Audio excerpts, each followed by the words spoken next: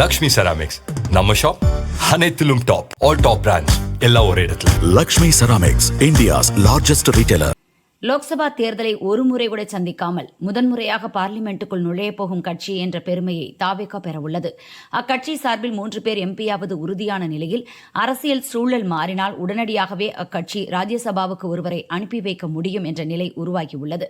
தமிழகத்தில் நடந்து முடிந்த சட்டசபை தேர்தலில் நடிகர் விஜயின் தாவேகா மொத்தமுள்ள 234 தொகுதிகளில் 108 கைப்பற்றி தனிப்பெரும் கட்சியாக உருவெடுத்துள்ளது. நீண்ட காலமாக தமிழகத்தை ஆண்ட திமுக அதிமுகவை பின்னுக்கு தள்ளி முதன்மை சக்தியாக மாறியுள்ளது. பெரும்பான்மைக்கு சொற்ப இடங்களே தேவை என்ற நிலையில் அதை சரிக்கட்டி விரைந்து ஆட்சி அமைக்கும் நடவடிக்கையில் தாவேகா தீவிரமாக ஈடுபட்டு வருகிறது. சட்டசபை தேர்தலில் தாவேகா பெற்ற வெற்றி தேசிய அரசியலில் அதிர்வலைகளை ஏற்படுத்தி உள்ளது. இருபெரும் திராவிட கட்சிகளை வீழ்த்தி இந்த அளவு விஸ்வரூப வெற்றியை பெற்றுள்ளாரே விஜய் என வடமாநில அரசியல் கட்சிகள் வியப்பில் ஆழ்ந்துள்ளன. இதன் தொடர்ச்சியாக இன்னொரு ஆச்சரியத்திற்கும் அக்கட்சி வித்திட்டு உள்ளது என்பதுதான் டெல்லி அரசியலில் முக்கிய செய்தியாக உருவெடுத்துள்ளது. அதன்படி தமிழகத்திலிருந்து ராஜ்யசபா எம்பிக்களாக உள்ள காங்கிரசின் சிதம்பரம், அதிமுகவின் CV சண்முகம், தர்மர், திமுகவின் கிரிராஜன், கல்யாணசுந்தரம், ராஜேஷ்குமார் ஆகிய 6 பேரின் பதவிக்காலம் 2028 முடிவடைகிறது. இவர்களது இடங்களுக்கு தற்போது நடந்து முடிந்த சட்டசபை தேர்தல்களில் முக்கிய அரசியல் கட்சிகள் பெற்றுள்ள MLAக்கள் பலத்தின் அடிப்படையில் புதிய எம்பிக்கள் தேர்வாவர். அந்த வகையில் தற்போதுள்ள பலத்தின்படி தாவேகா சார்பில் 3 பேர் ராஜ்யசபா எம்பிக்களாக பார்லிமெண்ட்டுக்குள் நுழையப் போவது உறுதியாகியுள்ளது. திமுக அதிமுக சார்பில் தலா ஒருவர் ராஜ்யசபா எம்பியாவது உறுதி. 6வது இடத்துக்கு சூழ்நிலை மாறினால் போட்டி ஏற்படலாம். எனினும் இது நடக்க இன்னும் 2 ஆண்டுகள் ஆகும். அதைவிட சுவாரஸ்யம் இன்னொன்று உள்ளது. அதிர்ஷ்ட தேவதை கண் திறந்தால் 2028 வரை கூட தாவேகா காத்திருக்க தேவையில்லை. சில வாரங்களிலேயே கூட அக்கட்சி சார்பில் பார்லிமெண்ட்டுக்குள் ஒருவர் நுழையலாம். அதாவது தற்போது அதிமுகவின் சார்பில் ராஜ்யசபா எம்பியாக இருப்பவர் CV சண்முகம். இவர் 2022 ஜூன் 30 எம்பியாக பதவியேற்றார். இவரது பதவிக்காலம் 2028 ஜூன் 29 முடிவடைகிறது.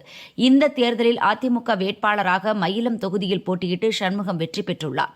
தற்போதைய சூழலில் அவர் MLAவாகவும் எம்பியாகவும் உள்ளார். மக்கள் பிரதிநிதித்துவ சட்டப்படி இதில் ஏதாவது ஒன்றை அவர் ராஜினாமா செய்ய வேண்டும். தமிழகத்தில் அதிமுக ஆட்சிக்கு வந்தால் அமைச்சராகி விடலாம் என்று நினைத்தே தேர்தலில் அவர் போட்டியிட்டார். ஆனால் அதிமுக ஆட்சியை பிடிக்கவில்லை.